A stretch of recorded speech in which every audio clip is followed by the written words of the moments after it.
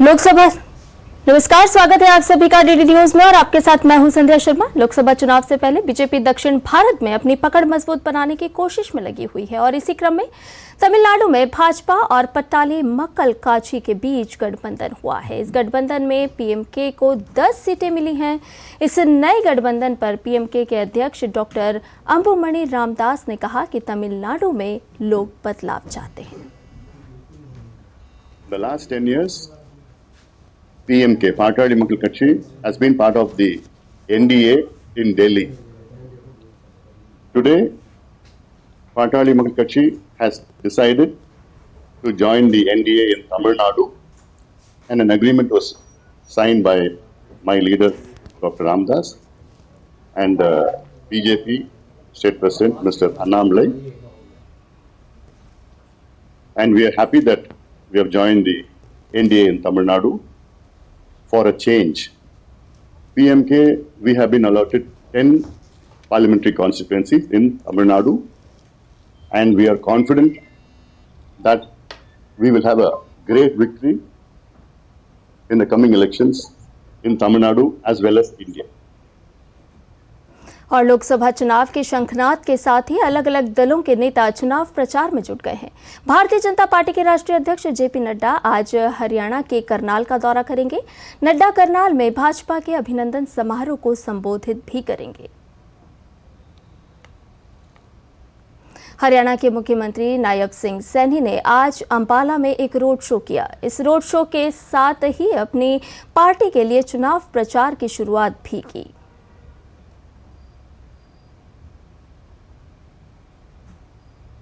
लोकसभा चुनाव होने में सिर्फ 1 महीना बाकी है। इसके मद्देनजर राजनीतिक दलों ने भी तैयारियां तेज कर रखी हैं।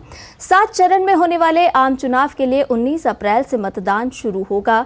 आज कांग्रेस कार्य समिति की बैठक जारी है, जिसमें लोकसभा चुनाव के लिए पार्टी के घोषणा पत्र पर अंतिम रूप दिया जाएगा। कार्य समिति की बैठक के बाद पार्टी प्रमुख मल्लिकार्जुन खड़गे की अध्यक्षता में कांग्रेस के केंद्रीय चुनाव समिति की भी बैठक होगी और इस बैठक में लोकसभा चुनाव के लिए पार्टी के शेष उम्मीदवारों के नामों को अंतिम रूप दिया जाएगा। इससे पहले कांग्रेस ने लोकसभा चुनाव 2024 के लिए घोषणा पत्र समिति का गठन किया था। समिति के संयोजक छत्तीसगढ़ के पूर्व उप मुख्यमंत्री टीएस सिंहदेव हैं। अन्य सदस्य कर्नाटक के मुख्यमंत्री सिद्धारमैया, कांग्रेस महासचिव जयराम रमेश, कांग्रेस नेता शशि थरूर और प्रियंका गांधी वाड्रा हैं। समिति के प्रमुख वरिष्ठ कांग्रेस नेता पी चिदम्बरम ने कहा था कि लोकसभा चुनाव के लिए पार्टी का घोषणा पत्र लोगों का घोषणा पत्र होगा। पार्टी नेताओं द्वारा सार्वजनिक परामर्श के अलावा ईमेल और एक वेबसाइट के माध्यम से सुझाव लिए गए हैं। कांग्रेस ने अब तक 2 अलग अलग सूचियों में कुल 82 उम्मीदवारों की घोषणा की है। और इधर लोकसभा चुनाव से पहले सुरक्षा कर्मियों ने नक्सलियों के नापाक मंसूबों को नाकाम कर दिया है। मुठभेड़ में 36 लाख के 4 इनामी नक्सलियों को ढेर कर दिया गया है। छत्तीसगढ़ और महाराष्ट्र की सीमा पर हुई मुठभेड़ में इन नक्सलियों को ढेर किया गया। सुरक्षा कर्मियों ने घटनास्थल से एक AK-47, एक कार्बाइन, 2 पिस्टल समेत भारी मात्रा में विस्फोटक भी बरामद किया। वहीं दूसरी ओर लोकसभा चुनाव को शांतिपूर्ण ढंग से करवाने के लिए हर संभव प्रयास किया जा रहा है। इसी कड़ी में 4 राज्यों की फोर्स के बीच समन्वय स्थापित किया गया है, जिसमें तेलंगाना, ओडिशा, महाराष्ट्र और आंध्र प्रदेश की सीमा में तैनात फोर्स बस्तर पुलिस की मदद करेगी। वहीं हर थाने को कनेक्ट करने के साथ ही इंटर स्टेट बॉर्डर की पुलिस से भी सहायता ली जाएगी, ताकि नक्सली वारदातों को अंजाम देने के बाद यदि दूसरे राज्य में शरण तलाशते हैं तो वहां भी उन पर प्रभावी कार्रवाई की जाए। आपको बता दें कि पहले चरण में बस्तर लोकसभा सीट में भी मत डाले जाएंगे। लोकसभा चुनाव को लेकर देश भर में प्रशासन काफी सतर्क है। तेलंगाना में वाहन चेकिंग के दौरान पुलिस ने 5.73 करोड़ रुपए का सोना जब्त किया है। ये वाहन मिर्यालगुड़ा से खम्मम की ओर जा रहा था। और बात हरियाणा राज्य की। हरियाणा में आज मुख्यमंत्री नायब सिंह सैनी के मंत्रिमंडल का विस्तार होगा। राजभवन में शाम 4:30 बजे मंत्रियों का शपथ ग्रहण समारोह होगा। इससे पहले कल दिल्ली में मुख्यमंत्री नायब सैनी और पूर्व मुख्यमंत्री मनोहर लाल खट्टर ने पार्टी के राष्ट्रीय अध्यक्ष जेपी नड्डा और गृह मंत्री अमित शाह से मुलाकात की थी। सुप्रीम कोर्ट में आज नागरिकता संशोधन कानून पर रोक लगाने की मांग वाली याचिकाओं पर सुनवाई होगी। Indian union of Muslim league ने नियमों के कार्यान्वयन पर रोक लगाने की मांग करते हुए सुप्रीम कोर्ट का दरवाजा खटखटाया था। इसमें मांग की गई है कि इस कानून पर रोक लगाने की जरूरत है और इसके जरिए मुस्लिम समुदाय के व्यक्तियों के खिलाफ कोई कठोर कदम नहीं उठाया जाए। केंद्रीय गृह मंत्रालय ने 11 मार्च को सीएए के नियमों के कार्यान्वयन को अधिसूचित किया था और यह कानून अफगानिस्तान, बांग्लादेश और पाकिस्तान से 31 दिसंबर 2014 से पहले भारत आए हिंदू, सिख, जैन, बौद्ध, ईसाई और पारसी शरणार्थियों के लिए इन देशों के वैध पासपोर्ट या भारतीय वीजा के बिना भारतीय नागरिकता प्राप्त करने का मार्ग प्रशस्त करता है। मनी लॉन्ड्रिंग केस में जेल में बंद आम आदमी पार्टी नेता संजय सिंह की जमानत याचिका पर आज सुप्रीम कोर्ट सुनवाई करेगा। संजय सिंह ने दिल्ली हाईकोर्ट के आदेश को चुनौती दी है। हाईकोर्ट ने दिल्ली शराब नीति और मनी लॉन्ड्रिंग मामले में संजय सिंह को जमानत देने से इनकार किया था। इससे पहले सुप्रीम कोर्ट ने 26 फरवरी को जांच एजेंसी को नोटिस जारी कर याचिका पर जवाब देने को कहा था। बीआरएस नेता के कविता ने प्रवर्तन निदेशालय के समन को चुनौती देने वाली याचिका सुप्रीम कोर्ट से वापस ले ली है। के कविता ने यह याचिका 2023 में दायर की थी। ईडी द्वारा गिरफ्तारी होने के बाद अब इस याचिका को कोई औचित्य नहीं रह गया था। कविता ने गिरफ्तारी के बाद एक नई याचिका में अपनी गिरफ्तारी और रिमांड पर भेजे जाने के आदेश को चुनौती दी है। दिल्ली शराब घोटाले मामले में प्रवर्तन निदेशालय ने अपनी जांच में बड़ा दावा किया है। ईडी ने कहा कि बीआरएस नेता के कविता ने लाभ पाने के लिए दिल्ली के मुख्यमंत्री अरविंद केजरीवाल और मनीष सिसोदिया सहित आम आदमी पार्टी के शीर्ष नेताओं के साथ साजिश रची है। जांच एजेंसी ने कहा कि लाभ के बदले के कविता ने आप नेताओं को 100 करोड़ रुपए का भुगतान किया। ईडी ने आरोप लगाया कि थोक विक्रेताओं से रिश्वत के रूप में अवैध पैसा लिया गया और आपको फायदा पहुंचाया गया। के कविता को ईडी ने शनिवार 16 मार्च को हैदराबाद में उनके घर पर तलाशी के बाद गिरफ्तार किया था। अगले दिन उन्हें विशेष पीएमएलए कोर्ट में पेश किया गया, जहां से 23 मार्च तक ईडी की हिरासत में उन्हें भेज दिया गया। और इधर भारतीय वायुसेना के विमान IAF N-32 ने ऑपरेशन सद्भावना के जरिए गंभीर रूप से घायलों को लेह से चंडीगढ़ एयरलिफ्ट किया। लद्दाख और आसपास के इलाकों में हो रही भारी बर्फबारी के चलते सड़कें बंद होने के कारण भारतीय वायुसेना नागरिकों के लिए एकमात्र लाइफलाइन बनी हुई है।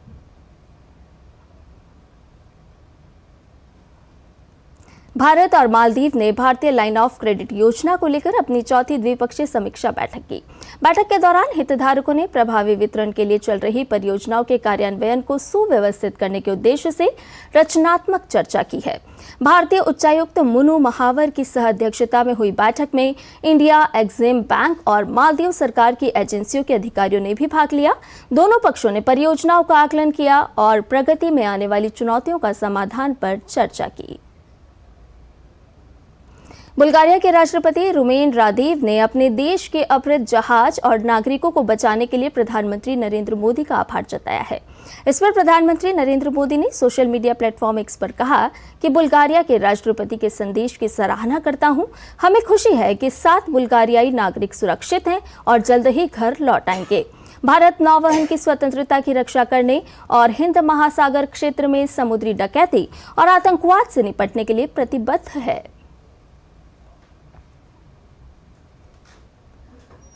थाईलैंड के क्राबी में हजारों भक्तों ने भगवान बुद्ध और उनके 2 शिष्यों के प्रतिष्ठापन के अंतिम दिन उनके पवित्र अवशेषों को श्रद्धांजलि अर्पित की।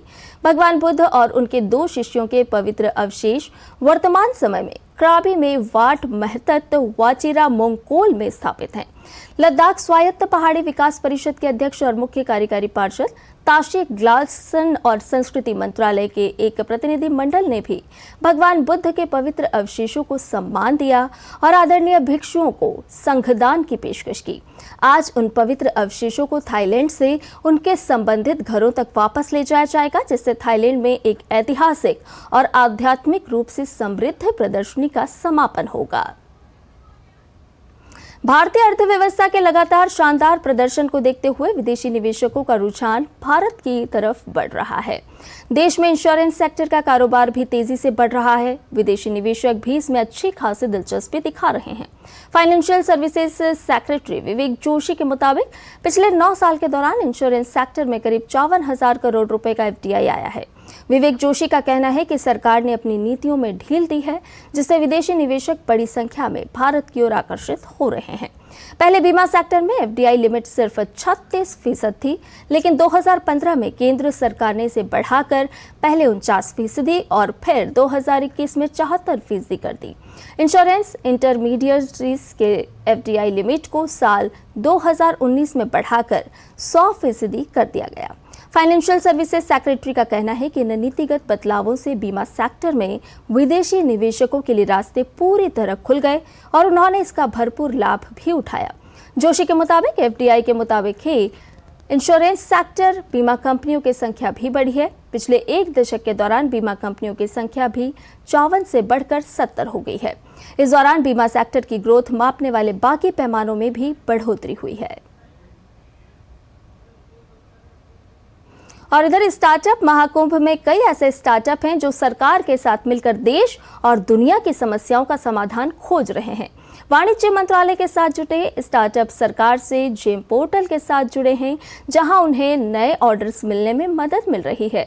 37,000 से ज्यादा स्टार्टअप इन प्लेटफॉर्म का हिस्सा हैं।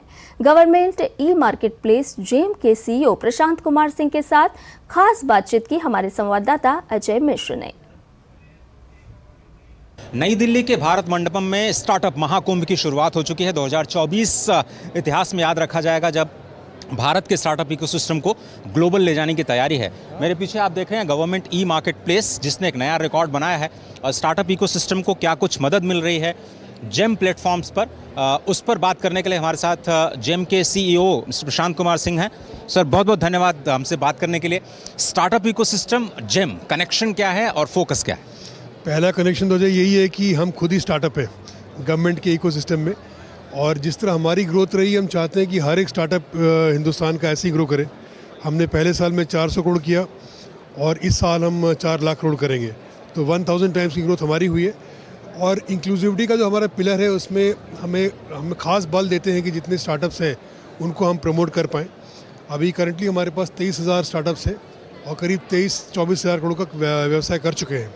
आपने जैसे कहा कि गवर्नमेंट मार्केट प्लेस खुद में एक स्टार्टअप है, आपने शुरुआत की और आज कई सारे माइलस्टोन्स आपने ऐसा सही क्या किया जो इस स्केल पर पहुंचे, और कैसे आपने टेक्नोलॉजी का इस्तेमाल किया जिसने इस हाइट तक पहुंचाया है जेम को? हमारा जो मेन सक्सेस का फैक्टर है वो टेक्नोलॉजी है और हमारी अंडरस्टैंडिंग ऑफ द टेक्नोलॉजी है। और हमने ये भी सोचा कि भाई जिसके लिए हम काम कर रहे हैं उसका दर्द हम समझें। तो जितने बायर्स थे, सेलर्स थे, उनसे हमने सीखा उनको क्या चाहिए, क्या उनको अड़चनें आ रही हैं, और टेक्नोलॉजी के माध्यम से वो सब दूर किया और बहुत कन्विंसिंग लगी। बट हमने ये देखा कि एक बार जो हमारे पोर्टल पे आ जाता है वो फिर स्टिक करता है, बिकॉज उसको एडवांटेज दिखता है। यहाँ पे जो स्टार्टअप्स हैं वो आपके साथ कैसे जुड़ रहे हैं, उनको आप किस तरह की फैसिलिटीज़ प्रोवाइड कर रहे हैं, और जेम कैसे एक और विंग दे रहा है उनको अगली उड़ान के लिए? स्टार्टअप्स जो DPIIT में रजिस्टर होते हैं वो हमारे यहाँ पोर्ट आउट हो जाते हैं, हमारे पास आ जाते हैं। इसके अलावा हमने ये भी किया है, हमने अपना एक स्टार्टअप रनवे लॉन्च किया है। रनवे क्यों बोलते हैं कि ये वो प्रोडक्ट होंगे जो कि अदरवाइज मार्केट में अवेलेबल नहीं है, कुछ इनोवेटिव प्रोडक्ट है। अब जैसे एक एग्जांपल देना चाहूँगा आपको, एक स्टार्टअप ने बनाया था एक रोबोटिक स्कैवेंजिंग मशीन। तो वैसा कोई मशीन थी नहीं, तो गवर्नमेंट बायर कैसे खरीदेगा? लोग बोलेंगे भाई तुम पास परचेज हिस्ट्री दिखाओ, टर्नओवर दिखाओ, तो वो सब स्टार्टअप रनवे में एग्जेम्प्ट है।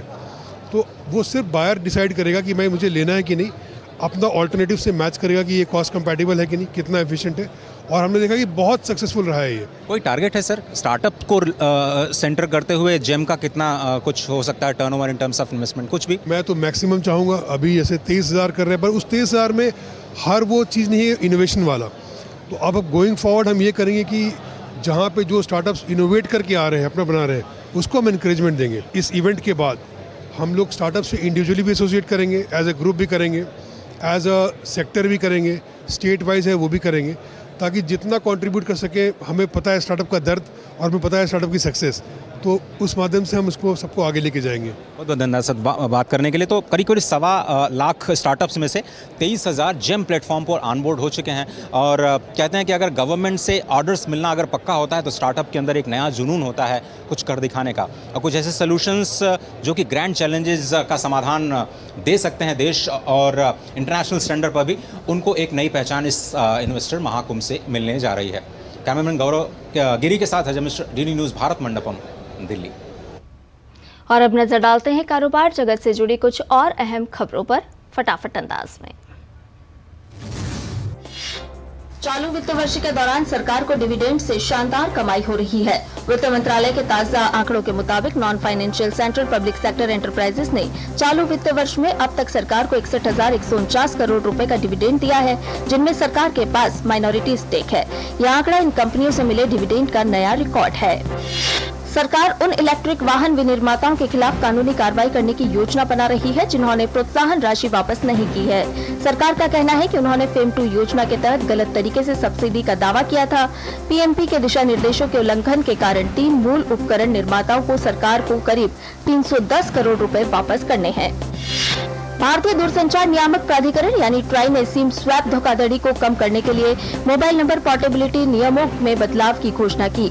नए नियम चोरी या क्षति के कारण नया सिम लेने के 7 दिनों के भीतर नए सिम कार्ड में पोर्ट करने पर रोक लगाते हैं। ट्राई का कहना है कि नए नियम दूरसंचार विभाग के सुझावों और विभिन्न हितधारकों के साथ परामर्श के बाद बनाए गए हैं। नए नियम 1 जुलाई से लागू होंगे।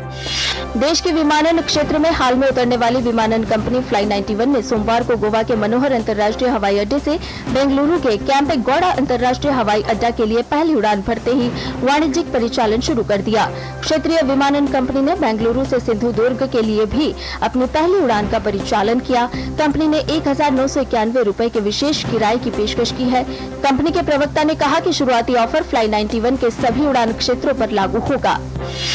टाटा सन्स ने टाटा कंसल्टेंसी सर्विसेज में 0.65% हिस्सेदारी खुले बाजार में बेचने की योजना बनाई है। समझौते के मुताबिक टाटा सन्स 4,001 रुपए के भाव पर 2.34 करोड़ रुपए के शेयर बेचेगी। आधार कीमत टीसीएस के पिछले बंद भाव के मुकाबले 3.7% कम है और इसी के हिसाब से टाटा सन्स 9,362 करोड़ रुपए जुटाने में सक्षम होगी। इस महीने घरेलू बाजार में दूसरा प्रमुख ब्लॉक डील होगा। 13 मार्च को ब्रिटिश अमेरिकन टोबैगो ने 17,485 करोड़ रुपए जुटाने के लिए आईटीसी में 3.5% हिस्सा बेचा।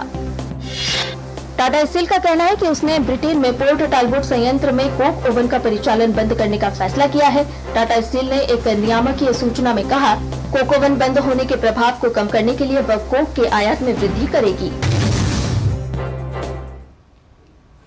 और इजराइल सेना ने अल शिफा अस्पताल में घुसकर हमास आंतरिक सुरक्षा संचालन निदेशालय के प्रमुख फाइक मबौह समेत 20 आतंकवादियों को ढेर कर दिया है।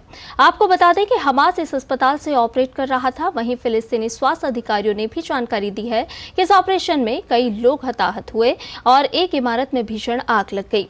इस ऑपरेशन में एक इजरायली सैनिक भी मारा गया है। इजरायली सेना के प्रवक्ता रियर एडमिरल डैनियल हगारी ने जानकारी दी कि सेना ने 200 से अधिक आतंकवादी संदिग्धों को हिरासत में लिया है और उनसे पूछताछ जारी है। अफगानिस्तान में पाकिस्तान के हवाई हमलों पर अमेरिका ने अपनी प्रतिक्रिया दी है। अमेरिका ने तालिबान से यह सुनिश्चित करने का आह्वान किया है कि अफगान धरती से आतंकवादी हमले शुरू नहीं किए जाएं। साथ ही पाकिस्तान से भी संयम बरतने का आग्रह किया है।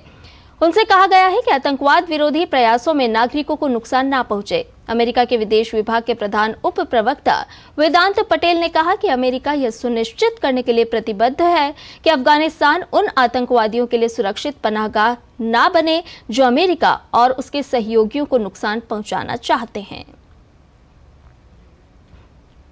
और इधर तालिबान ने पाकिस्तानी हवाई हमलों का मुंहतोड़ जवाब देते हुए पाकिस्तानी सैन्य चौकियों को ध्वस्त कर दिया है। अफगान रक्षा मंत्रालय ने कहा कि पाकिस्तान की आक्रामकता का जवाब देते हुए तालिबान के सीमा बल ने भारी हथियारों के साथ पाकिस्तानी सैन्य केंद्रों को निशाना बनाया है।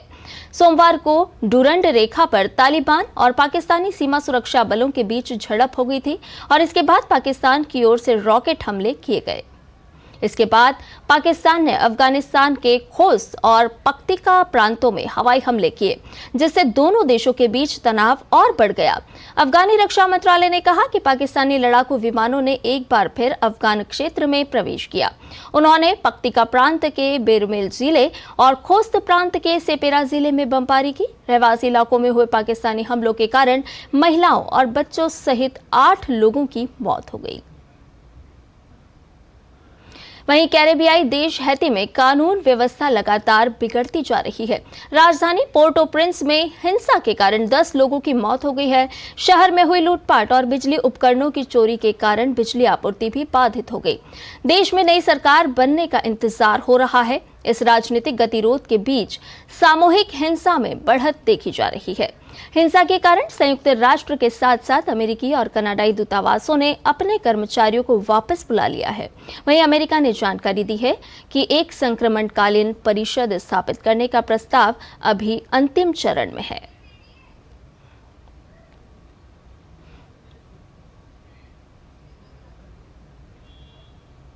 अमेरिका ने कैरिबियाई देश क्यूबा में हो रहे विरोध प्रदर्शनों के पीछे अपनी कोई भी भागीदारी होने की बात को नकार दिया है। अमेरिका ने अपने ऊपर लगे आरोपों को खारिज करते हुए कहा है कि वॉशिंगटन इन विरोध प्रदर्शनों की साजिश रच रहा है। यह बात बेतुकी है। आपको बता दें कि क्यूबा की सरकार ने पुष्टि की है कि पूरे द्वीप में 5 विरोध प्रदर्शन हुए थे। वहीं क्यूबा के राष्ट्रपति मिगुएल डियाज कैनेल लगातार अमेरिका पर आरोप लगा रहे हैं कि क्यूबा में कम्युनिस्ट संचालित सरकार को हटाने के लिए अमेरिका इन प्रदर्शनों को हवा दे रहा है। और इसके साथ ही बुलेटिन में फिलहाल रुक रहे एक छोटे से ब्रेक के लिए जल्द हाजिर होंगे। चाय की प्याली के साथ खबरों से भरी नई सुबह, देश की राजनीति, आम जन की कहानी, विदेशों की हलचल, कारोबार का गुणा भाग, खेल का मैदान, मनोरंजन और ज्ञान विज्ञान, विरासत और संस्कृति के साथ सेहत की बात और ग्लैमर का तड़का। सोमवार से शुक्रवार सुबह 8 से 9 बजे सुकून से भरा नया सवेरा।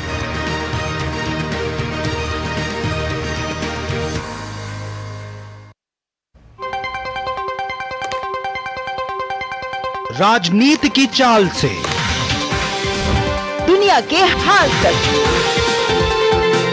खेल के मैदान से किसान के खलियान तक, दिन भर की हर छोटी बड़ी खबर को समेटे खबर के हर किरदार को दिखाते हैं हम।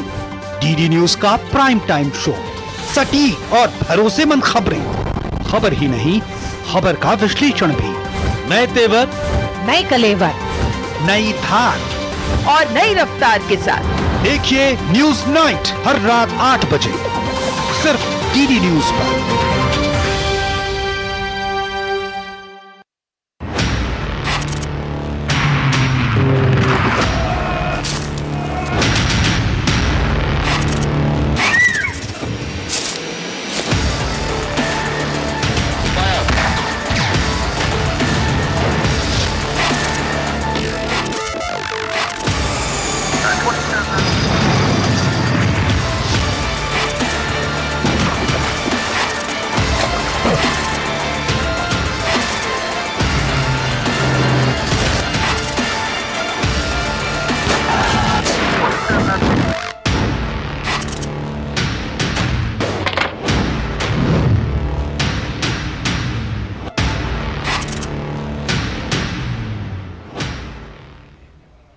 और ब्रेक के बाद आपका एक बार फिर से स्वागत है। आइए अब आपको खेल जगत से जुड़ी खबरें बता दें। भारतीय ओलंपिक संघ ने बड़ा निर्णय लेते हुए भारतीय कुश्ती महासंघ का दैनिक कार्य संभाल रही तदर्थ समिति को भंग करने का फैसला किया है। केंद्रीय खेल मंत्रालय ने कुछ दिनों पहले खेल संहिता के नियमों का उल्लंघन करने का हवाला देकर WFI की नई कार्यकारी समिति को निलंबित किया था, जिसके बाद IOA ने WFI के संचालन के लिए तदर्थ समिति का गठन किया था। देश के पहलवानों और भारतीय कुश्ती से जुड़े तमाम लोगों के लिए भारतीय ओलंपिक संघ का हाल ही में लिया गया फैसला एक बड़े फैसले के तौर पर सामने आया। दरअसल भारतीय ओलंपिक संघ ने भारतीय कुश्ती महासंघ का दैनिक कार्य संभाल रही तदर्थ समिति को भंग करने का फैसला किया। आईओए का कहना है कि चूंकि कुश्ती की अंतर्राष्ट्रीय संस्था पहले ही भारतीय कुश्ती संघ से प्रतिबंध हटा चुकी है और तदर्थ समिति ने WFI के सहयोग से अगले महीने के ओलंपिक क्वालिफिकेशन टूर्नामेंट के लिए चयन ट्रायल का सफल आयोजन किया था, जहां तदर्थ समिति के नेतृत्व में पुरुष और महिला वर्ग के कुश्ती ट्रायल हाल ही में संपन्न हुए थे। ऐसे में अब समय है कि भारतीय कुश्ती संघ के दैनिक कार्यों की देखरेख कर रही तदर्थ समिति को भंग किया जाए। हालांकि आईओए ने यौन उत्पीड़न और नियमों के पालन जैसे मुद्दों की चिंताओं को दूर करने के लिए WFI को एक सुरक्षा समिति बनाने का निर्देश दिया है। WFI के अध्यक्ष संजय सिंह इस फैसले से काफी खुश हैं और उन्होंने भारतीय ओलंपिक संघ को धन्यवाद दिया है। खेल की वैश्विक संस्था UWW ने फरवरी में भारतीय कुश्ती महासंघ की सदस्यता बहाल की थी। कुल मिलाकर पेरिस ओलंपिक से पहले कुश्ती का दंगल अब वापस मैट से बाहर नहीं बल्कि मैट पर आता दिख रहा है और उम्मीद यही करनी चाहिए कि अब कुश्ती को लेकर बात प्रदर्शन, पदक जीतने और आगे बढ़ने की होगी। Sports desk, DD news. और इधर जर्मनी यूरो 2024 की मेजबानी के लिए तैयार है और तैयारी की इस कड़ी में जर्मनी का एक छोटा सा नगर बैडलिप स्प्रिंग में इन दिनों उत्साह का माहौल है। दरअसल इस नगर में फ्रेंच टीम का बेस बनाया गया है, जहां टीम के खिलाड़ी अभ्यास करेंगे और ऐसे में जर्मनी के इस छोटे से नगर के लोग इस बात से बेहद खुश हैं कि उनके बीच स्टार विश्व के चुनिंदा खिलाड़ी होंगे और जिसका उन्हें दीदार करने का मौका भी मिलेगा। किसी भी देश के लिए बड़ी खेल प्रतियोगिता का आयोजन उसे आर्थिक तौर पर तो सशक्त करता ही है, साथ ही साथ खेल को लेकर सामाजिक ताने बाने को भी एक नया रूप दे जाता है। लेकिन इसके साथ ही एक और पहलू है जो मेजबानी के तौर पर किसी भी देश के लिए महत्वपूर्ण है और वो है मेजबान देश के नागरिक। जर्मनी 2024 यूरो कप की मेजबानी के लिए तैयार है। ऐसे में जर्मनी के नगर बैड लिप्सब्रिंग में इन दिनों उत्साह का माहौल है। दरअसल यहाँ पर यूरो 2024 के दौरान फ्रांस की फुटबॉल टीम का बेस कैंप लगेगा, जहाँ खिलाड़ी अपनी ट्रेनिंग करते नजर आएंगे। ऐसे में स्थानीय नागरिकों के लिए ये एक ऐसा पल रहेगा जिसे वह हरदम याद रखना चाहेंगे। देखिए, हम लोग काफी खुश हैं कि फ्रांस की राष्ट्रीय फुटबॉल टीम ने हमारे होटल को चुना है रुकने के लिए। ये हमारे लिए बहुत सम्मान की बात है। हम यूरोपियन चैंपियनशिप की ओर देख रहे हैं। अभी काफी काम होना बाकी है। सभी लोग होटल के काम में लगे हुए हैं। हम पूरी कोशिश करेंगे कि फ्रेंच फुटबॉल टीम की इच्छाओं को पूरा कर सकें। बैड लिप्सब्रिंग की मेयर के मुताबिक जर्मनी के इस नगर को ऐतिहासिक पल का इंतजार है। उनके मुताबिक उनकी ओर से टीम को एक बेहतर वातावरण देने का पूरा प्रयास किया जाएगा। पूरे नगर में उत्साह का माहौल है। यूरो कप जीतने की प्रबल दावेदार फ्रांस हमारे यहाँ होगी। वो यहाँ पर कैंप लगाएंगे, यहाँ पर रात गुजारेंगे और अपने खेल के लिए यहीं पर रणनीति बनाएंगे। इस बात से समझा जा सकता है कि ये कितनी बड़ी बात होगी। हमारे यहाँ वातावरण अच्छा है और यहाँ का माहौल आपको अच्छा करने के लिए हमेशा प्रेरित करता रहेगा। वैसे मेयर ने इस बात को भी सामने रखा कि फ्रांस टीम के ठहरने के दौरान टीम के स्टार स्ट्राइकर काइले एम्बापे को 3 मीटर ऊंची रेत की मूर्ति से सम्मानित किया जाएगा। निश्चित रूप से इस नगर के लोगों के लिए ये एक ऐसा पल रहने वाला है जिसे यहाँ के लोग ताउम्र याद रखना चाहेंगे। साथ ही साथ फ्रांस की टीम को एक ऐसा एहसास देना चाहेंगे जिसे फ्रांस की टीम कभी ना भूले। Sports desk, DD news. Asia Olympic के कार्यवाहक अध्यक्ष राजा रणधीर सिंह का कहना है कि देश में खेलों को लेकर शानदार काम हुआ है। उन्होंने कहा कि सरकार की योजनाओं का खिलाड़ियों को लाभ मिल रहा है, जिसका असर अब जमीनी स्तर पर भी नजर आने लगा है। राजा रणधीर सिंह से खास बातचीत की हमारे संवाददाता सुशील कुमार ने। हमारे साथ हैं एशिया ओलंपिक के अध्यक्ष राजा रणधीर सिंह जी। राष्ट्रीय स्तर पर देखें तो किस तरह की कवायद चल रही है ताकि इस गेम को ओलंपिक में चाहे एशियन गेम्स में शामिल करने की प्रक्रिया जो है क्या चल रही है? ये बहुत अच्छा पोलो मैच रहा और पोलो पहले ओलंपिक गेम्स भी हुआ करती थी, तो बड़े सालों से नहीं रही। तो अब हम चाह रहे हैं कि आज हमने डिस्कस भी करा और चाह रहे हैं कि इसको एशियन गेम्स में फिर से लाया जाए। मैंने Olympic council of Asia headquarter से भी बात करी है, तो स्पोर्ट्स कमेटी को लाके उसमें सजेस्ट करेंगे कि 230 एशियन गेम्स हो गए दोहा में, कतर में, तो उनसे बात करके देखेंगे कि एक गेम को बढ़ाने के लिए एशियन गेम में लाया जाए। सर, आप एशिया ओलंपिक के अध्यक्ष हैं। इस बार ओलंपिक का आयोजन होना है, पेरिस ओलंपिक 2024 का। खिलाड़ियों के प्रदर्शन को अगर हम देखें तो उम्मीद की जा रही है कि इस बार बेहतरीन प्रदर्शन रहेगा। आपका क्या ख्याल है? देखिए, जब हम लोगों ने कहा था कि 100 पार होगा आपकी मेडल, तो सब लोग हंस रहे थे, कह रहे कैसे आएगा 100 पार।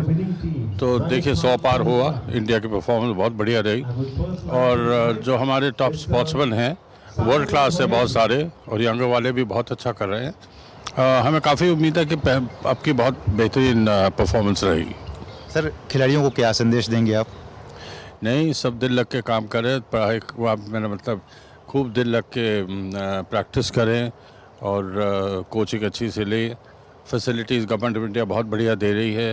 आपके पास एक प्राइम मिनिस्टर हैं जिनको खेलों का बड़ी दिलचस्पी है और उसमें खूब रुचि रखते हैं। तो ऐसे आदमी हों आपके साथ तो आपको सपोर्ट तो मिलती है खेलों के लिए। सर, आप लंबे समय से खेलों से जुड़े रहे हैं, तमाम तरह की प्रतियोगिताएं में आपने पार्टिसिपेट किया हुआ है। पहले के मुकाबले आज का जो परिदृश्य है देश में खेलों को लेके, इसके बारे में आप क्या कहेंगे? बहुत फ़र्क है, बहुत ही ज़्यादा फ़र्क है। और ख़ास तौर से अपने टोक्यो गेम्स के बाद जो इज़्ज़त खिलाड़ियों को मिली है उसका रिज़ल्ट आपने एशियन गेम्स का हांगझाओ में भी देखा। और बहुत इंटरेस्ट बढ़ गया, लोगों में इंटरेस्ट। आप मीडिया ने, प्रेस ने सारा कुछ करके इतनी पब्लिसिटी करी खिलाड़ियों की, और प्राइम मिनिस्टर का आशीर्वाद रहा, तो बहुत फ़र्क हो के मैं समझता हूँ इससे बेहतर कभी भी हमारी नहीं हुई थी। नेशनल गेम्स आपने हर साल एक दफ़ा करा दिए, जो 7 साल पड़े थे अब हर साल हो रहे हैं धड़ाधड़। और खेलो इंडिया भी बहुत काम कर रही है अब, तो हर साइड से this gain all the time. Sir, infrastructure की अगर बात करें तो बेहतरीन काम हो रहा है, खिलाड़ियों को हर चीज़ प्रोवाइड कराई जा रही है, स्पोर्ट्स साइंस बढ़ रहा है, डाइट पे काम हो रहा है, ज़मीनी स्तर पर खिलाड़ियों को तलाशने और उनको तराशने का भी काम हो रहा है ताकि वो बड़े मंच पे जाके प्रदर्शन करें। नहीं, बहुत ही अच्छा है जो इंफ्रास्ट्रक्चर बन गया और जो सुविधा खिलाड़ी को मिल रही है, इंटरनेशनल ट्रेनिंग हो, इंटरनेशनल कोचेस हो, जो भी कुछ है उसके लिए सब गवर्नमेंट ऑफ इंडिया तैयार है। और स्पॉन्सर भी आ रहे हैं बहुत। अब जब देश में आपके प्राइम मिनिस्टर आप इंटरेस्ट दें तो सारी जो बड़ी बड़ी कंपनीज हैं वो भी सब देख रहे हैं कि सब सपोर्ट सिस्टम मिल रहा है सबको, खिलाड़ियों को। तो उस तरीके से अब आप देखेंगे, रिजल्ट देखेंगे। ये थे राजा रणधीर सिंह जी, जिनका साफ तौर पर कहना है कि देश में खेलों को बढ़ावा देने के लिए जमीनी स्तर पर काम हो रहा है, खिलाड़ियों को हर सुविधाएं मुहैया कराई जा रही हैं, चाहे वो इंफ्रास्ट्रक्चर हो, चाहे स्पोर्ट्स साइंस हो, चाहे डाइट हो, हर चीज पर काम हो रही है। और होली का नाम सुनते ही रंग बिरंगे गुलाल के दृश्य सामने आ जाते हैं। ऐसे ही कुछ दृश्य इन दिनों देश के कुछ हिस्सों में दिखाई देने लगे हैं। पूरा ब्रज मंडल ही रंगों से सराबोर है। ब्रज के आसमान पर इन दिनों फागुनी रंग छा चुका है। वहीं बरसाना में सोमवार को लठमार होली खेली गई।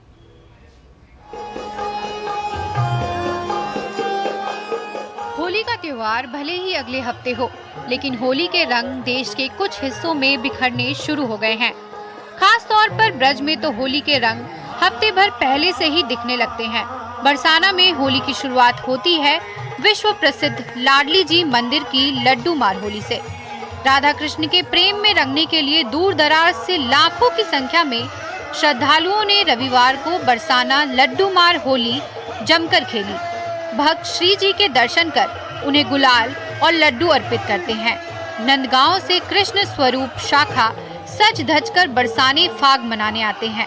गोस्वामी उन्हें बूंदी के लड्डुओं से उनका स्वागत करते हैं।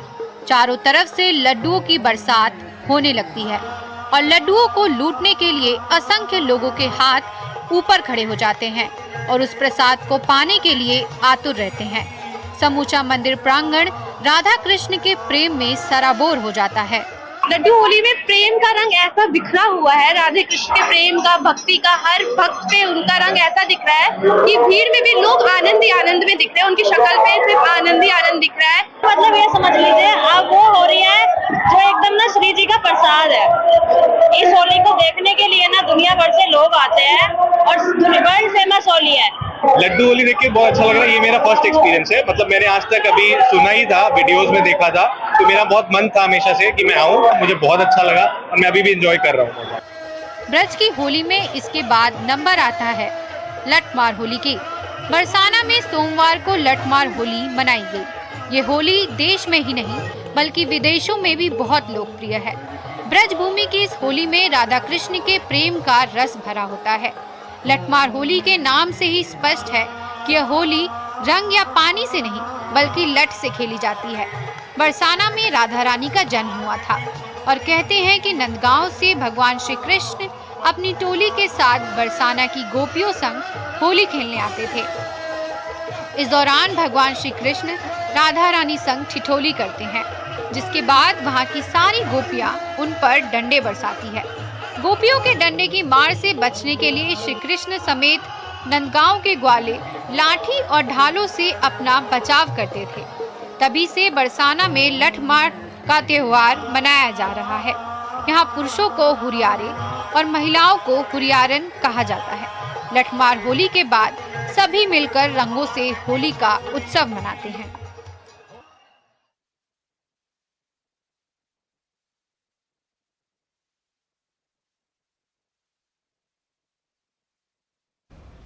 तो लठमार होली, लड्डू होली, तमाम रंग हैं होली के और ब्रज पूरी तरह से सज चुका है। और इसके साथ ही मुझे दीजिए इजाजत। नमस्कार।